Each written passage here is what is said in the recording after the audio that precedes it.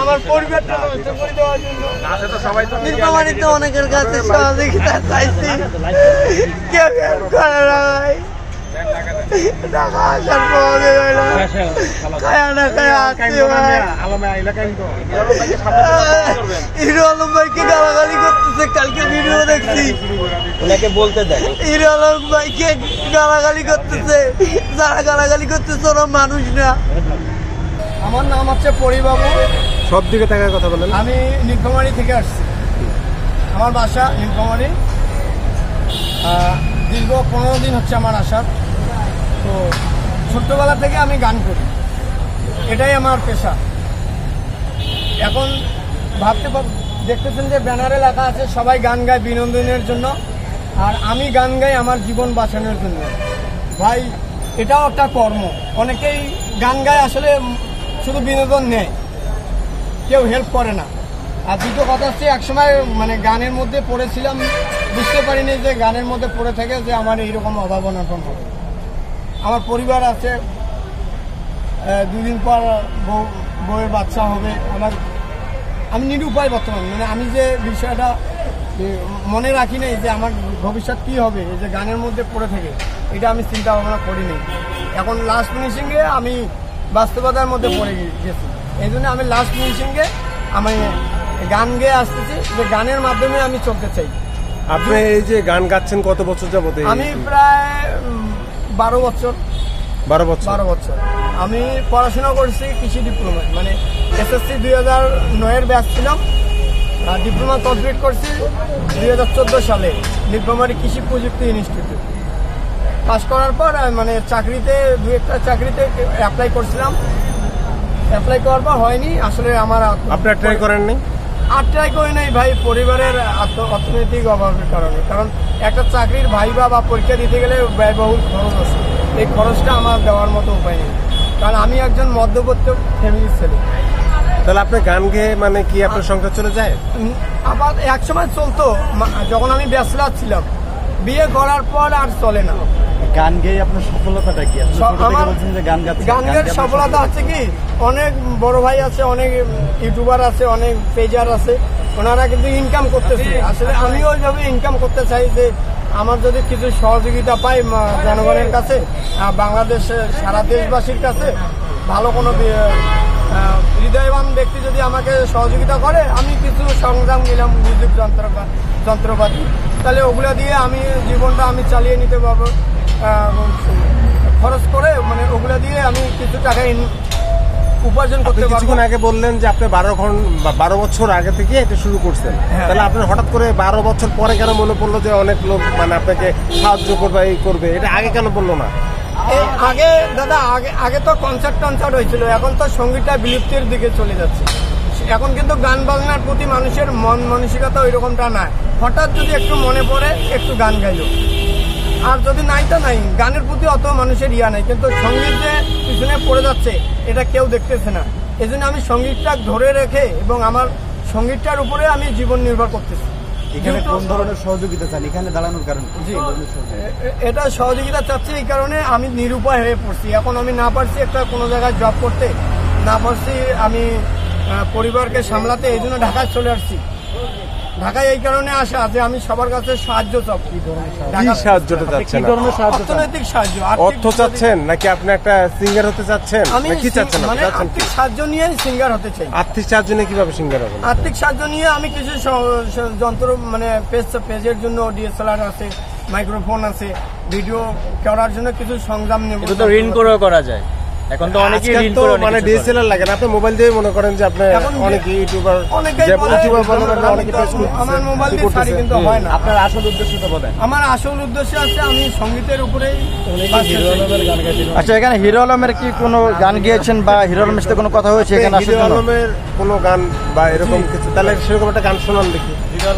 Hero আলমের পৃথিবীটা মানুষেরই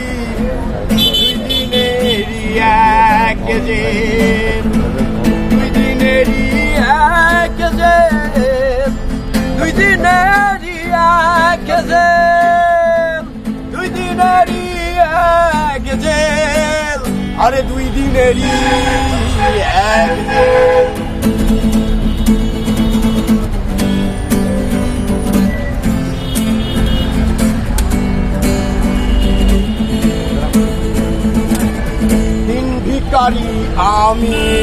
জন আশায় তার থাকি, দেয় না দেখা কই না কথা শুভঙ্করের ফাঁকি। দিন ভিখারি আমি একজন আশায় তার থাকি, দেয় না দেখা কই না কথা শুভঙ্করের ফাঁকি। কোন বলে দুনিয়াদারি রাজকুমারী একঘের, পৃথিবীটা মানুষেরই দুই দিনেরই এক জেল, দুই দিনেরই এক জেল, দুই দিনেরই এক জেল, দুই দিনেরই এক জেল, আরে দুই দিনেরই এক জেল। আসবার কালে আসলাম একা, যাইবার কালে যাব একা, মাঝে মাঝে মনরে বলি চোখমেই রাখি দেখলা। মন বলে দুনিয়াদারি দেখো মারি এক খেল, পৃথিবীটা মানুষেরই দুই দিনেরই এক জেল, দুই দিনেরই এক জেল, দুই দিনেরই এক জেল, দুই দিনেরই এক জেল, আরে দুই দিনেরই।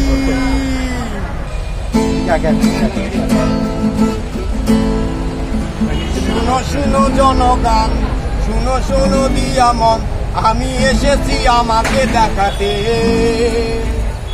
সুন্দরীদের বলছি হায় সাবধানে থেকো, তাই আমি এসেছি আমাকে দেখাতে। বগুড়ার পোলা, বগুড়ার পোড়া হিরো আলম, বগুড়ার পোলা হিরো আলম। শুনো শুনো জনগণ, শুনো শুনো দিয়া মন, আমি এসেছি আমাকে দেখাতে। বগুড়ার পোলা, বগুড়ার পোলা হিরো আলম, বগুড়ার পোলা হিরো আলম। প্রেস ক্লাবের সামনে আসছে এই কারণে, হিরো আলম ভাই একজন সত্যিকারের শিল্পী। হিরো আলম ভাই একজন ভালো মানুষ, সে একজন সুপার স্টার, এই বাংলাদেশ তাকে সবাই চেনে। সে ছাড়া কি আর কি সুপার স্টার নাই? আছে, কিন্তু তাদের আমি সাড়া পাবো না। আপনি কিভাবে বুঝলেন যে সে আপনাকে সাড়া দেবে? আমি অনেক ভিডিও দেখি, আমি অনেক ভিডিও দেখছি, অনেক কন্টেন্ট দেখি তার। কিছু কিছু লোককে হেল্প করে। তার উনি এমপিতে দাঁড়াইছিল বগুড়ায়, উনি সিংহ মার্কা নিয়ে ইলেকশন করছিল, আমি সেটাতে দেখছি। আমার উৎসাহে আরো বাড়ি গেছে যে একজন শিল্পী, ওনার ব্যাকগ্রাউন্ড কোয়ালিটি যাই হোক না কেন, ওনার আমার অভিজ্ঞতা এবং ওনার এক্সপিরিয়েন্স, উনি খুব ভালো। উনি একজন ভালো মানুষ, এটা বগুড়াতেও আমি দেখছি এবং ওনার ভিডিওতেও আমি দেখি ভাই। আচ্ছা, হিরো আলমের সাথে কোনোভাবে আপনি সংযুক্ত হয়েছে যে কথাবার্তা? না, কোনো কিছু হয় না। মোবাইলে কন্টাক্ট হয়েছে, আজকে আসার কথা। আজকে আসার জি কথা ভাই, আজকে কখন আসবে? অবশ্যই আসবে। আমি এখানে সারা রাত যদি থাকি। মানে কখন আসবে কিছু বলেছে? উনি আসতে চাইছে আজকে। কখন থাকবেন কেন? উনি মানে আলমের জন্য? জি। আচ্ছা, তার মানে উদ্দেশ্য ছিল কি আপনার ঢাকায় আসা, আলমের সাথে দেখা করা? জি জি, আমার উদ্দেশ্য ক্লাবের হচ্ছে সামনে যে হিরো আলম ভাইয়ের সাথে আমি দেখা করবোই, যে কোনো প্রকারে হোক। আমার নীলফামারী ডিস্ট্রিক্টে সবাই বলছে যে তুমি সব হিরো আলমের সাথে যোগাযোগ করো। আর হিরো আলম ভাইয়ের যে মার সক্কা একটা সিনেমা আছে না, ওই সিনেমাটাও অনেক ভালো। তারপরে এই যে বগুড়ার পোলা গানটা, কয়টা সময় দিছে, কয়টা বাজে আসবে? উনি বলছে যে আমি 2 ঘন্টা, কিছুক্ষণ আগে কথা হয়েছিল ওনার সাথে আমার, উনি 2 ঘন্টা পরে আসতে চাইছি। মানে সন্ধ্যার আগে আসবে না পরে আসবে? সন্ধ্যার আগে আসতে। সন্ধ্যার আগে আসবে। আচ্ছা, হিরো আলমকে আপনার কেন ভালো লাগে? হিরো আলমকে ভালো লাগে যে উনি একজন সারা বাংলাদেশের ইয়ার্সে উনি একজন এক্সপিরিয়েন্স ভালো না, মানে ওনার অভিজ্ঞতা এবং ওনার বুদ্ধি এবং ওনার কাজগুলো আমার ভালো লাগে। মানুষ যাই হোক না কেন, উনি একজন ভালো মানুষ। ওনার কাজগুলো যাই হোক না কেন, ওনাকে যে বাংলাদেশে আমি অনেক কমেন্ট পড়ি, সবার কমেন্ট পড়ে তো আমার লাভ নেই। যে যাই বলুন না কেন, ওনার কাজগুলো আমার অনেক ভালো লাগে। ওনার কোন কাজটা ভালো লাগলো যে আপনি ওনার মুগ্ধ এই হলেন এত? কাজটা আছে, উনি ব্যবসায়ী মানুষ থেকে, উনি একজন ব্যবসায়ী মানুষ। হ্যাঁ, এক মিনিট প্লিজ। উনি একজন ব্যবসায়ী ছিল, আমি ওনার স্টোরি সবই জানি না। তা আমি একজন শিক্ষিত মানুষ হয়ে উনি যদি এটা করতে পারে, তা আমি একজন শিক্ষিত ডিপ্লোমা কমপ্লিট করে যদি শিক্ষিত মানুষ হয়ে একজন শিল্পী হতে না পারি, তা উনি কত কষ্ট করে উঠছে ভাই। তারপরে আমি ওনাকে ফলো করে দেখছি যে ওনার পাশ ধরলে আমি উঠে যাব, আর উনি আমাকে ফেলাবে না কখনো। জি, শিক্ষিত এই পেশা। আমি তো ছোটবেলা থেকেই গান বাজনা করি ভাই। আমার অন্য কিছু আর করার উপায় নাই ভাই। আমি অন্য কিছু করতে পারলে তো ভাই এই জগতে আসতে পারি। আমি আর কি বলবো ভাই, আমি হিরো আলমের কোনো ছবিতে গান করতে চান? অবশ্যই, যদি আমাকে চান্স দেওয়া হয় আমি অবশ্যই গান করবো। উনি যদি আমার সাথে নেয় আমি অবশ্যই থাকবো। যদি হিরো আলমের সঙ্গে আপনার দেখা হয়ে যায়, জি, তখন আপনি হিরো আলমের কাছে কি চাইবেন? ভাই আমি ওনার সাথে কাজ করতে যাবো। আর দ্বিতীয় কথা হচ্ছে কি, আমার পরিবারে বর্তমান সমস্যা, আমার বউয়ের সমস্যা। আমার বউয়ের কয়েকদিন গেলে বাচ্চা হবে। আমার ভাই আমি একদম নিরুপায় ভাই, এটা নিয়ে আমি নিরুপায়। আপনি কিভাবে বুঝলেন যে হিরো আলম আপনাকে সহযোগিতা করতে পারে? ভাই সহযোগিতাটা হচ্ছে ভাই দোয়া, বুঝছেন? আমি যেখানে আসছি উনি যদি দোয়াটা করে আমি এটাই খুশি। আমি পূজালি ইস্কা চলে যাবো ভাই এখান থেকে, আমার কষ্ট নেই। সবকিছু টাকা দিয়ে হয় না। আমি অনেক দেখতে চাইছি, আমার অনেক সেলিব্রিটি আছে, আমার ফোন দেয়নি। আমাকে হিরো আলম ভাই ফোন দিছে, আমি এটাতেই খুশি। আপনাকে সে নিজে ফোন দিচ্ছেন? আপনি উনি নিজে ফোন দিছে, আমি কখনো ফোন দিইনি। আপনার নাম্বার পাইছেন কোথায়? আমার নাম্বার আমি ব্যানারে দিছি, মিডিয়ারা ছিল। কি বলছে আমি আসি, আমার ঠিক নেই। আমি এখানে ভাই না আছে বলতে আমি কি বলেছি। কখন আসতে চাইছি, উনি কিছুক্ষণের মধ্যে আসতে চাইছে, আমার সাথে কথা হয়েছে ওনার সাথে। আচ্ছা, আপনার দর্শকের উদ্দেশ্যে যদি কিছু বলে থাকেন তাহলে বলেন। দর্শকের উদ্দেশ্যে আমি বলতে চাই, আমি সত্যিকারে একজন নিরুপায়। আপনারা জাস্টিফাই করে দেখতে পারেন, আমার বাসা আছে নীলফামারী। আমি ছোটবেলা থেকে গান করে আসতেছি, এটাও জাস্টিফাই করে দেখতে পারেন। নীলফামারীতে খোঁজখবর নিয়ে দেখতে পারেন। আমি মিথ্যা কথা বলতেছি না। সেই ঈশ্বর উপর মালিক আছে একজন, আর আমি আছি ভাই। আমি এই 15 দিন ধরে ঢাকায় করতেছি। আমার নাম পরিতোষ রায়, পরিবাবু। আমার নীলফামারীতে সবাই পরিবাবু নেমেছে। নীলফামারী কোথায় আপনার বাসা? নীলফামারী আমার বাসা আছে গ্রাম লক্ষ্মীমারাই। আমি থাকি, আমি লক্ষ্মীমারাইতেই থাকি, কিন্তু আমার ভোটার আইডি কার্ড আছে পলাশবাড়ি ইউনিয়ন, ভবন বাজার, পলাশবাড়ি ইউনিয়ন। আচ্ছা, হিরো আলম ভাইকে নিয়ে আপনি কবে গান করেছেন? আমি ভাই আমি শুধু ওনার গান শুনি, মানে ওনার সাথে গান একটা হলো তো গান গাইছেন, আপনি গান গাইছেন না? এমনি গান গাই। এমনি গান গাইছেন।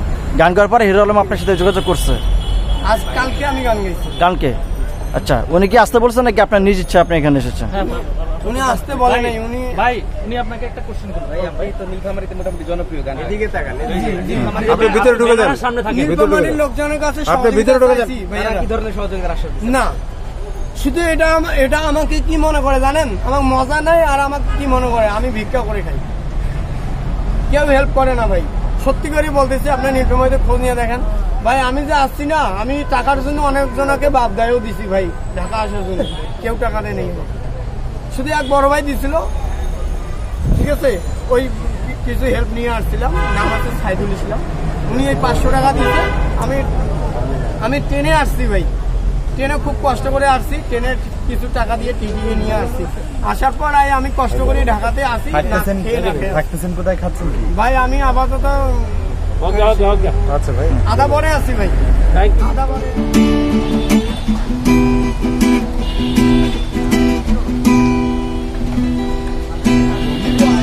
কালা পাখি আমি যেন কি বসন্তকালে তোমায় বলতে পারিনি। তুমি বন্ধু কালা পাখি আমি যেন কি বসন্তকালে তোমায় বলতে পারিনি। সাদা সাদা কালা কালা রং জমেছে সাদা কালা। সাদা সাদা কালা কালা রং জমেছে সাদা কালা। হইছি আমি মন পাগেলা বসন্তকালে। তুমি বন্ধু কালা পাখি আমি যেন কি বসন্তকালে বলতে পারিনি। তুমি বন্ধু কালা পাখি আমি যেন কি বসন্তকালে তোমায় বলতে পারিনি। সাদা সাদা কালা কালা রং জমেছে সাদা কালা হইছি আমি মন পাগেলা বসন্তকালে। তুমি বন্ধু কালা পাখি আমি যেন কি বসন্তকালে তোমায় বলতে পারিনি।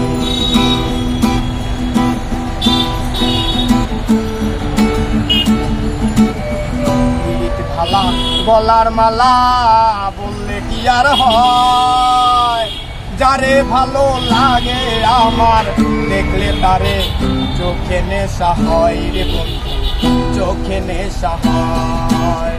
পিরিতি ভালা গলার মালা বললে কি আর হয়, যারে ভালো লাগে আমার দেখলে তারে চোখে নেশা হয় রে বন্ধু, চোখে নেশা হয়। সাদা সাদা কালা কালা রং জমেছে সাদা কালা, সাদা সাদা কালা কালা রং জমেছে সাদা কালা হইছি আমি মন পাগেলা বসন্তকালে। তুমি বন্ধু কালা পাখি আমি যেন কি বসন্তকালে তোমায় বলতে পারিনি। বসন্তকালে তোমায় বলতে পারিনি, বসন্তকালে তোমায় বলতে পারিনি। ধন্যবাদ।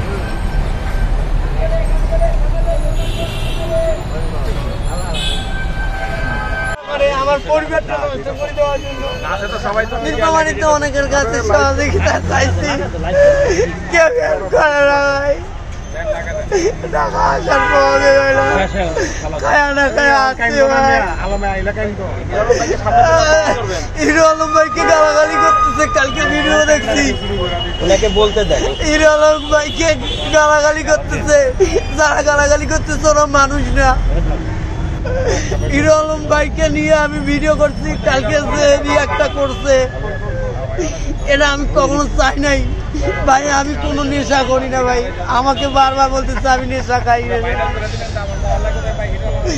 নীলফামারীতে আমাদের অনেক টাকা আছে ভাই, নীলফামারী মানুষ অনেক ভালো ঠিক আছে, কিন্তু এরা এত বাটপাড়ি করে আমার সাথে আমি জানি না। অনেকের কাছে হেল্প চাই ভাই, অনেকের কাছে যে বাবা আমি ঢাকা যাবো একটু সহযোগিতা করেন। আমি কাপড়ের ব্যবসা করছিলাম, কেউ কাপড় নেয় না, শুধু ইনস্টল করে, দাম কম করে, তাহলে চলবো কিভাবে? আমি নিরুপায় হয়ে গেছি ভাই। এক ম্যাডামকে পুরানো অতিথি করছিলাম, উনিও আমাকে ঠকাইছে ভাই। আমি সাহায্যের জন্য বলছিলাম ম্যাডাম আমাকে একটু হেল্প করেন, উনি উপজেলার সাবেক ভাইস চেয়ারম্যান ছিল, নাম বলবো না, নাম বললে আরো তো উনি আমাকে আরো হেল্প করবে। উনি আমাকে 1 টাকাও হেল্প করলো না।